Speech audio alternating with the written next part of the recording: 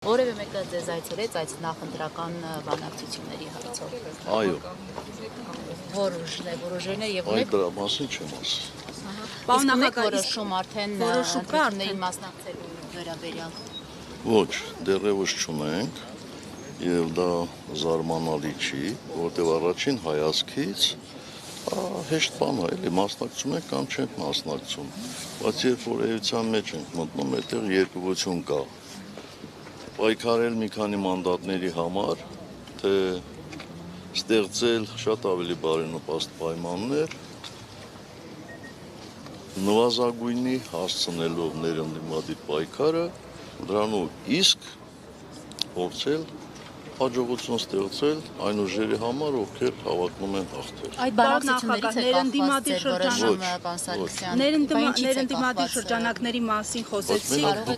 Մեկ վայրկյան։ Ուղղակի չստացա հարցի պատասխանը։ Ներընդդիմադիր շրջանակների մասին խոսեցիք, ներընդդիմադիր պայքարի, տեսնում ենք, որ վերջին շրջանում դարձյալ այսպես փոխհրաձգությունը ակտիվացել է հատկապես երկրորդ նախագահի եւ ձեր թիմի միջև, ինչով եք սա պայմանավորում։ Ես չեմ կարծում, որ ներընդդիմադիր պայքարը սաստկացել է։ Ես ուղղակի կարծում եմ, որ ջրերը զուլալվում են եւ մենք այդտեղ որևէ խնդիր չունենք։ Բոլոր նրանք, ովքեր փորձեն, ես նկատի ունեմ քաղաքական ուժերին, ովքեր պիտի փորձեն մեր հաշվին աչոք հավաքել, իբր մեր շանսերը նվազացնելու համար, ակնհայտ է, որ իրենց ասվելու է ճշմարտությունը, եւ եթե իրենք փորձում են ուրիշին ինչ-որ բան վերագրել, ապա ճշմարտությունը կլսեն, բոլորն էլ կլսեն, որևէ կոմպլեքս չունենք։ Պարոն Սարգսյան, ո՞րն է ճշմարտությունը, պարոն նախագահ։ Բայց դուք ուշադիր չեք լսում իմ ասածը։ Չէ, չլսեցի։ Ես կոնկրետ բան չասեցի, չէ, կոնկրետ քննադատություն չասեցի։ Այս պարագային ո՞րն է։ Այդ պարագայում ինչ զրպարտություն լինի, այդ զրպարտության պատասխանը ստանալու են ճշմարտության տեսքով։ Պարոն նախագահ Նիկոլ Փաշինյանը ազգային ժողովում հայտարարել էր, որ Մեծամորի ատոմակայանի փակումն ապահովել է ստանձնել եք դուք համաձայն ՍԵՊԱ-ի, ինչու պիտի ատոմակայանը փակվի եւ էներգետիկ ոլորտում Հայաստանի ապագան ինչպես եք դուք տեսնում։ Չէ, դուք ճիշտ չեք մեջբերում։ Հայաստանի կառավարիչը ասածն ասում էր 36 թվական, հա, եթե լավ հիշեք։ Եթե գնաք, ինքներդ կարող եք, չէ, ՍԵՊԱ-ն վերցնել, նայել, արդյոք ՍԵՊԱ-ի այդպիսի բան կա։ Չկա։ Իսկ ցանկացած ատոմակայան, նույնիսկ ոչ միայն ատոմակայան, այլ, չգիտեմ, ցանկացած հաստատություն, ինչ որ պահի պետքա փակվի։ Մենք ոչ թե փակելու մասին ենք պայմանավորվել, մենք պայմանավորվել ենք, բանակցել ենք 20 տարի երկարացնելու պայմանով եւ շնորհիվ այդ բանակցությունների այսօր ատոմակայանը գործում է։ Եվ հələ իրանք էլ ինչ-որ բան են հավելում, որ իբր թե պայմանավորում են մինչև 46 թվականը երկարացնելու։ Բա իրենց շատ ջանասիրաբար սատարողների այդ ստորագրած փաստաթուղթը ինչու չեն կատարում, եթե մենք այդպիսի բան ենք պայմանավորվել։ Նորից եմ ձեզ խորհուրդ տալիս, ինքներդ բացեք ՍԵՊԱ-ն եւ տեսեք, այնտեղ այդպիսի բան կա թե չկա։ Սարգսյան, ձեր որոշման վրա ինչ հանգամանքներ են ազդելու, որպեսզի դուք ի վերջո որոշում կայացնեք, 3 ամիս է արդեն մնացել ընտրություններին։ Մենք այսօր մեր բոլոր ուսումնասիրություններով, այն ուսումնասիրություններով, որոնք ժամանակին կանխատեսել են տարբեր ընտրություններ գրեթե 100% ճշգրտությամբ։ Այդ թվին 21 թվականինը, Գյումրիինը, Էջմիածինը, նույնիսկ Գյումրիի Յավկան մասնակցությունն են կարողացել, աննախադեպ մասնակցություն կարողացել են ճիշտ կանխատեսել։ Մենք այսօր անցողիկ ենք, բայց նորից եմ ասում, խնդիրը հետևյալում է, կան նաև այլ հանգամանքներ, որ բազա չէ, ես հրապարակավ դա չպետք է հիմա ասեմ, այդ հանգամանքների ճշգրտումից հետո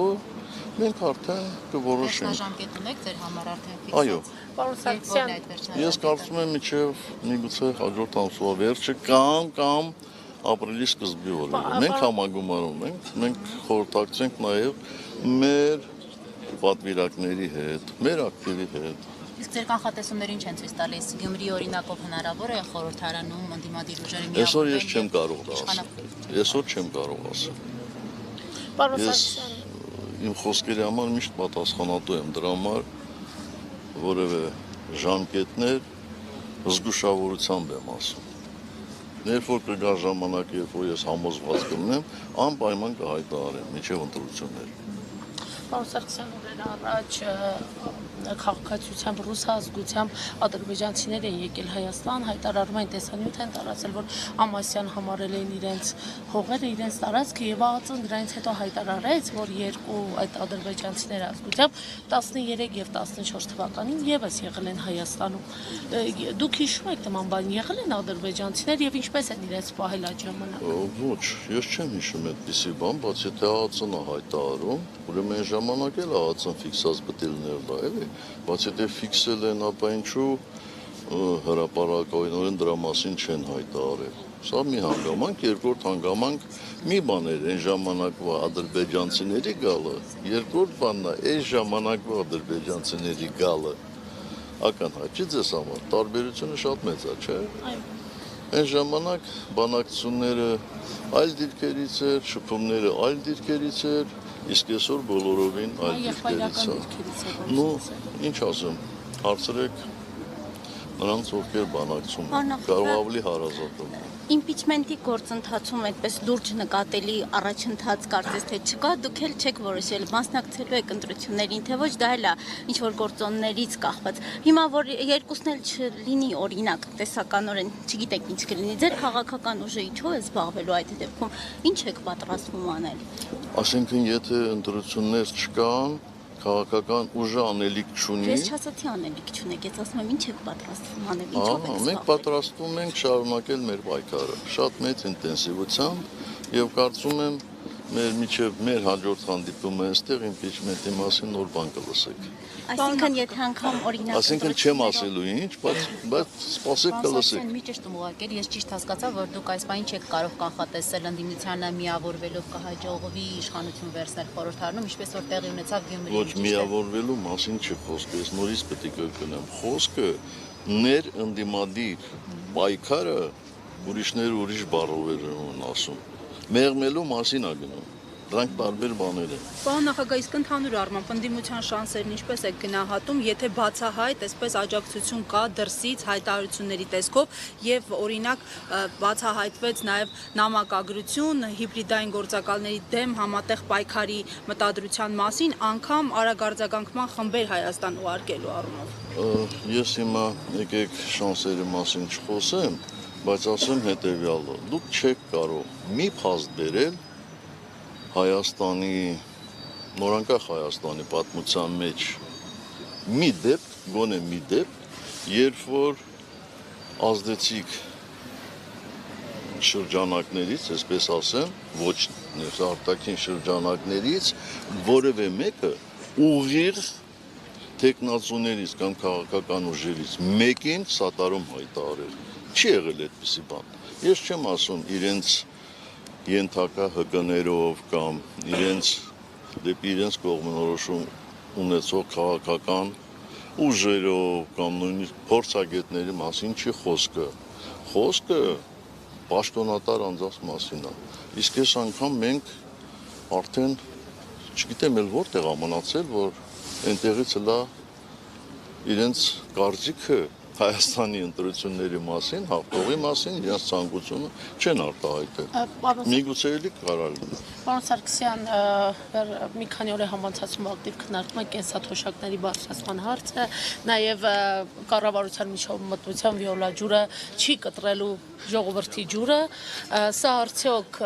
դուք դիտարկում եք լեգիտիմ ընտրակաշառքի շրջանակներում։ Ձեր ժամանակ 16000 էր թոշակը, նաև դրան անդրադառնաք։ Եկեք վերջից սկսենք, հա, որ թոշակի մասին էին իրանք խոսում։ Նվազագույն թոշակի մասին։ որ 16000 Բայց է, դուք հիմա գիտ- 46000 են սարքում։ Դուք իրենց ներկայացիչն եք։ Չէ, ես փոխանցում եմ ինչ են ասում։ Իրանք այդպես չեն հարցը ասում։ տարուց հղում են Հենց ամբողջ խնդիրը նրանում է, որ այդ մարդիկ չեն տարբերակում։ Ինչ է նվազագույն թոշակ, ինչ է միջին կենսաթոշակ, որովհետև դրանք տարբեր հանգամանքներ են։ Ես վստահ եմ, որ շատ-շատերը իրենցից ովքեր խոսում են նվազագույն թոշակի մասին, իրենք չգիտեն, այս երկրում քանի ովքեր են այդ նվազագույն թոշակը ստանում եւ ովքեր են այդ նվազագույն թոշակը ստանում։ Եվ խնդիրը, ամենակարևոր խնդիրը միջին կենսաթոշակի մասին է խոսքը։ Եվ ես ինչպես մնացած բոլոր հայտարարությունները, այս հայտարարությունում եմ տեսնում ժուլիկություն։ Կտեսնեք, թե բոլոր թոշակառուները արդյոք 10000 դրամով ավել կստանան իրենց թոշակները, թե չէ։ Իհարկե ոչ։ Հարցը մինչև ասելը չի։ Հարցը այն է, որ դա միջին կենսաթոշակի չափերի վրա նվազագույն ազդեցություն է ունենալ, նվազագույն։ Կտեսնենք, թե ինչքան է։ Մենք այո, մեր ժամանակ եղել է 16000, բայց իրենք իրենց նեղություն տան, մի 15-20 տարի առաջ գնան մեր ժամանակից, տեսնեն այն ժամանակ ինչքան ա եղել։ Ինչքան եղել դա էլ դուք հրապարակեք։ Ես ու իրանց համար բան չեմ, վիճվարկություն չեմ, թող իրանք նայեն,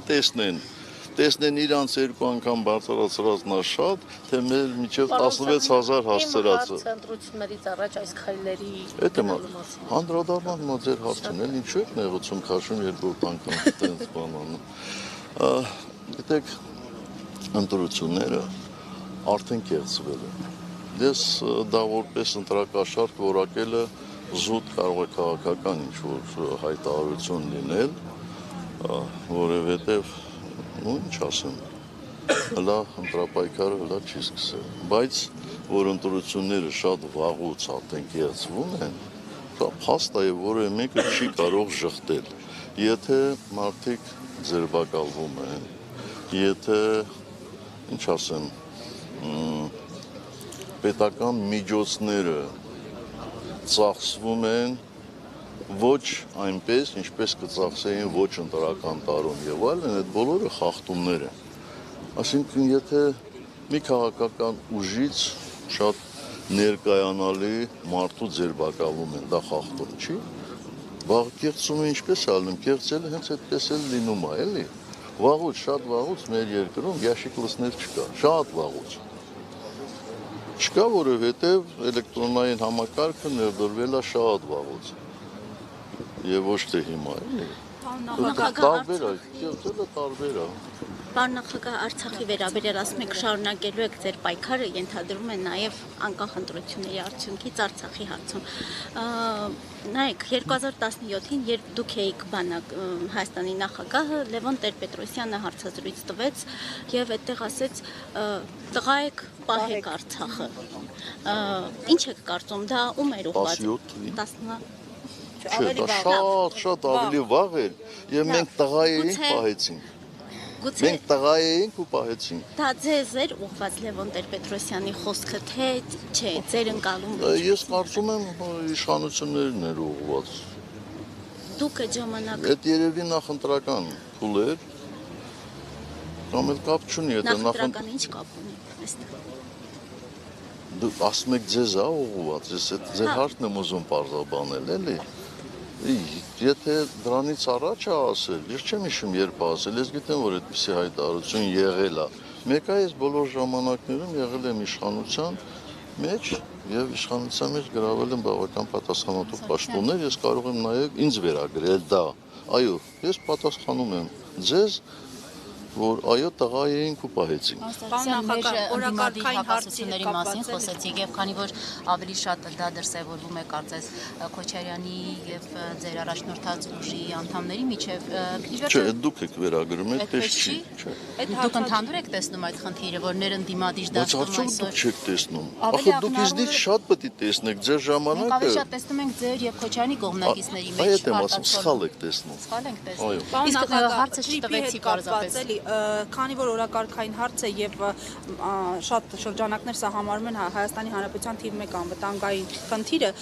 ամեն դեպքում իշխանությունները վստահեցնում են, որ մոտավորապես ավետյաց երկիր ենք դառնալու, կաթի, մեղրի գետեր են հոսելու Հայաստանով, իսկ ընդդիմադիր շրջանակները նաեւ միջազգային որոշ փորձագետներ վստահեցնում են, որ սա ունի լրջագույն ռիսկեր եւ տնտեսական ազդեցությունը մոտ է 0-ին։ Ձեր տեսակետը, որովհետեւ ասում են ընդդիմությունը չի հստակեցնում տեսակետը թրիփի շուրջ, ինչ է անելու ընդդիմությունը, եթե լինի իշխանություն թրիփի հարցում։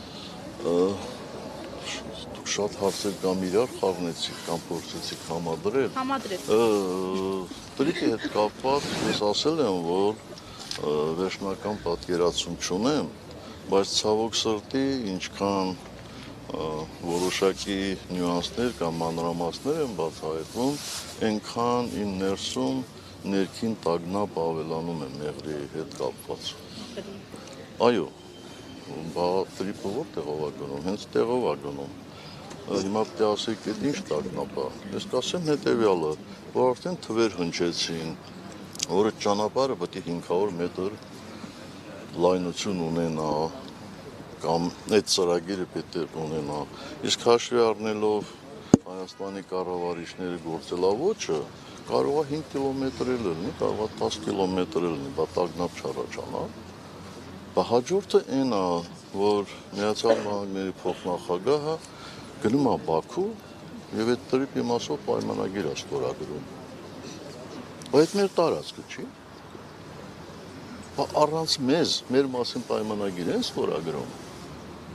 Այս բոլոր հարցերը ինձ շատ անհանգստացնում է։ Ինչ կանի օրինակ ընդդիմությունը, եթե լինի իշխանության այս հարցում, հնարավոր է օրինակ վերափոխել, այլ մեկնարկով սկսել այս ծրագիրը։ Բայց արդյոք ես իրավունք ունեմ ամբողջ ընդդիմության անունից խոսել։ Ձեր տեսանկյունից։ Մենք շարունակելու ենք այնպես, ինչպես շարունակում ենք անհաշտ պայքար այդպիսի երևույթների դեմ։ Շնորհակալ եմ։